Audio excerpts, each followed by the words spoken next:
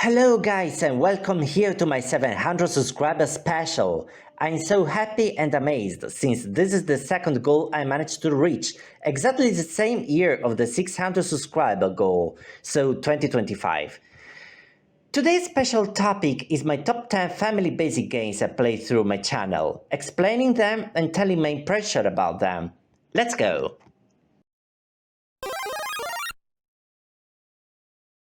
This is a clone of Arkanoid, and the developer is a genius, since he decided to call it Arkanoido, resembling to the Japanese pronunciation of Arkanoid that is Arkanoido, but meaning the well of Alka in this case. This game has even a story, and this is as follows. Long ago, there was a large well in a village called Alka in the kingdom of Orimo. The people who lived there used the water from the well for their daily lives. However, one day, a mysterious life form appeared from somewhere and took residence at the well. The water in the well dried up. The troubled villagers went to the village elder called Q to ask what they should do, and Q replied, "If you hit the living thing with a magic ball passed down from ancient times, you can kill it."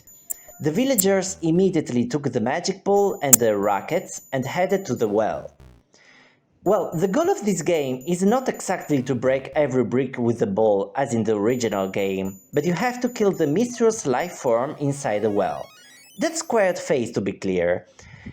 In further levels, these squared faces need to be hit multiple times in order to be killed. Level 9 is the hardest level you have to beat before reaching the final battle with the last squared face in level 10. Since I noticed the weird behavior of our ball. What do I mean is that the ball speed is random as well as the direction it chooses to go after hitting the racket. Most of the times, ball goes right after destroying a brick, but don't feel safe since it doesn't work always this way. The squared face in level 10, the last level, moves from left to right and vice versa, going down one step before reaching the end of the well.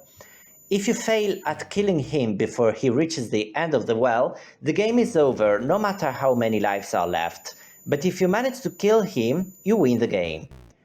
Well, besides the random movements and speed of the ball, it's not one of the hardest games I've played ever once learned the gameplay mechanism. Consider you earn an extra life every time you complete a stage. Well, personally I enjoy the game every time I play it. This is another good family basic I recommend to everybody, and considering its limitations unlike a non-basic NES game, graphics here are way artistic. You control a soldier that must exactly defeat 4 kinds of enemies inside the castle. Some of these appear only once, such as the penguin and final boss. Penguin only appears as a guardian of the castle, and of course, final boss appears at the end of the map. Every time you defeat an enemy, you should remember to collect the item that could be hidden inside the central room or behind the pillars. Don't miss any of these objects, since one of these allows you to see the other bosses as well as there are even upgrades to become even stronger. Final boss is harder unless you hit him while he's blinking, and you keep far from him while he tosses weapons at you. Once defeated the final boss, take the key and you win the game.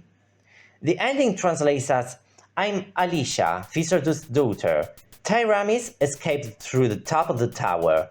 I think you can beat him." It's just a useless message since the game still ends. This game has been a little bit modded since in the original game, Alicia, the heroine of this game, has a green and white dress rather than a pink one, and even a word in the Japanese text has been modified, letting the text be troublesome to be translated as a non-Japanese speaker. In fact, reading this, 私はフィスラドゥスの娘アルシア。ティラミスは塔の方へ逃げていってしまいました。あなたならきっとティラミスを達せる? This was a word I didn't understand, but I finally realized after some days that the correct word is 倒せる. So, ティラミスを倒せると信じています。Well, it's just a detail, since every time I play this game I have fun. It's a brief but tough game, unless you decide to play the easy and easiest versions, but you won't get the same satisfaction as the original harder one.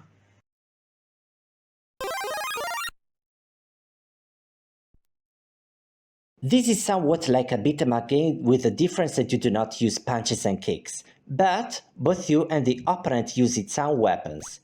Before beginning a fight, the game asks you to choose the opponent you wanna fight, as well as to choose the weapon you wanna use in order to easily defeat the opponent, and you are awarded with an extra weapon that differs from enemy to enemy. Every opponent has its own moves you have to learn well in order to defeat them easily. After defeating all the 4 main opponents, you have to face an extra opponent that is the final boss of the game. Its pattern was hard to understand for me at the beginning, but then I realized he moves left to right, and its jump height depends on how much higher I jump. Learn this pattern and you will win the game, being awarded with compliments by the developer. Developer of this game is unknown, at least for now. Who knows, I'll get more information about game trivia soon.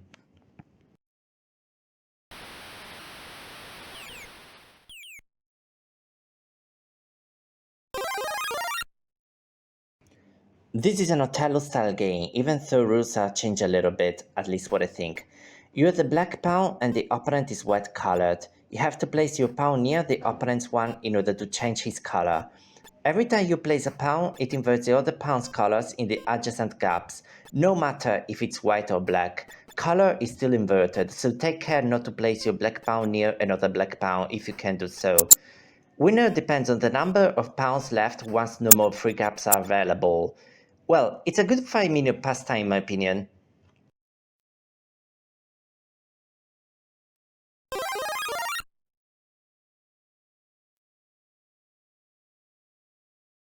In this game, you have to spot the right culprit in order to advance to the next level. How do you manage to understand who's the imposter? By simply noticing who's the killed penguin.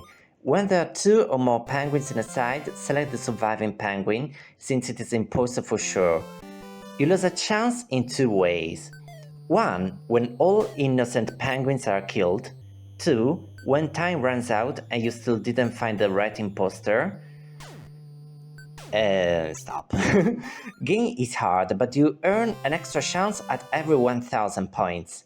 It was so hard to understand without reading the instructions, but still a game too fun to play.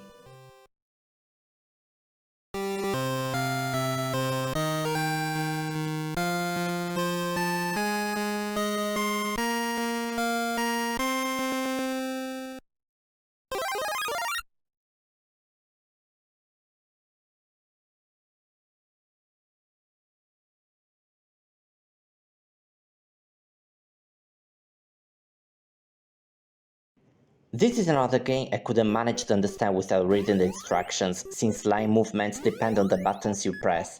You cannot use directional buttons without pressing A or B.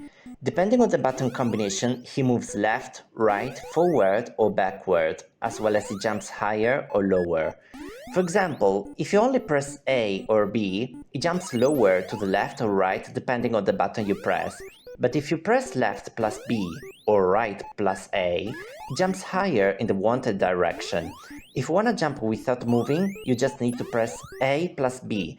But if you want to move forward and backward, you need to press A plus B plus the up arrow and down arrow.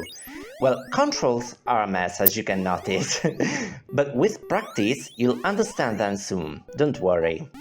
The goal of this game is to place all the golden ingots to the places the game asks you, and once all the gaps are filled, you move on to the next level.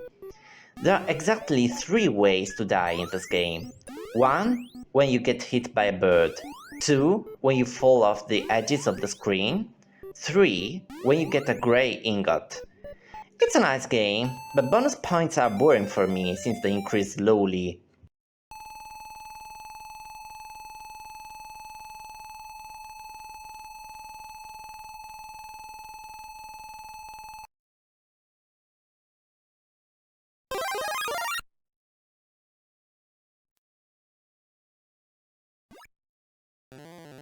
In this game made by Takashi Endo, the main character is what it looks like Pauline from Donkey Kong.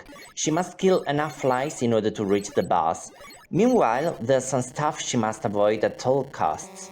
Super Mario attacks and the Nita Nita walking around below.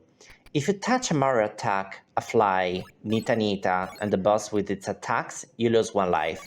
If you don't know who's Nita Nita, it's a red face. As I said before, she needs to kill the flies to face the level boss. Boss needs at least 10 hits to be defeated, and he jumps around the screen while tossing somewhat like birds at you.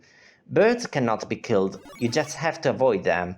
You're awarded with an extra life after completing level 2 and level 4.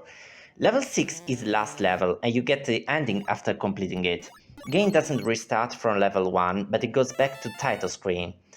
I have no clue what that Zoku Kikai Kai Kai means, but it's a good game. I cannot tell the same stuff about colors though.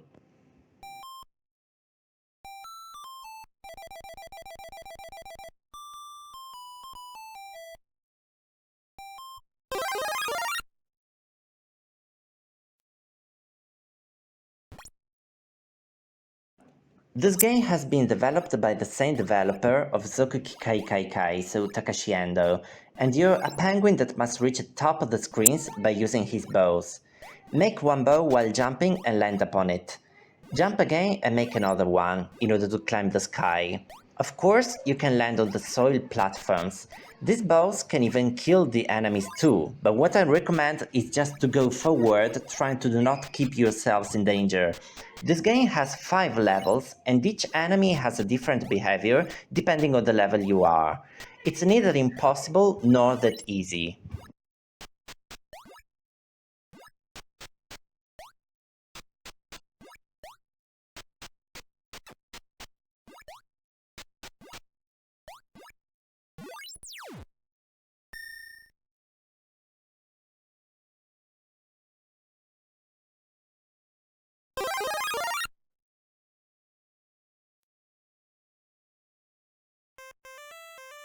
Gameplay of this game is very particular. It's a thing I've never seen in already all the existing video games. Well, this one is old too, but underrated.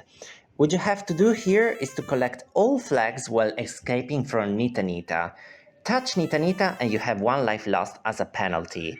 Of course, if all the lives are gone, the game is over. As you can notice, what's particular about this game is that every time you collect a flag, the screen blacks out, showing only Mario and Nita Nita. After the 3rd level completed, a cutscene shows up where Super Mario digs a hole on the floor and Nita Nita falls from it. But after completing the 6th level, the game ends with an error message.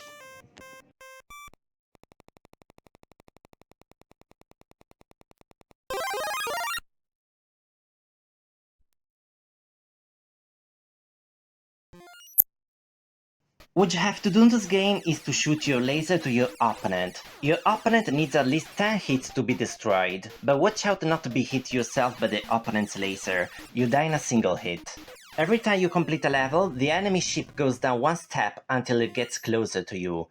Level 7 is the last one as well as the hardest, but you'll be awarded with an error message after completing it.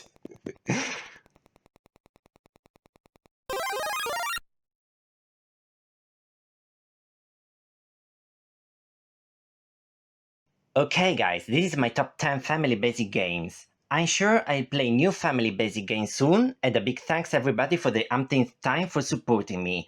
Stay tuned for new content and see you next time with my new gameplay.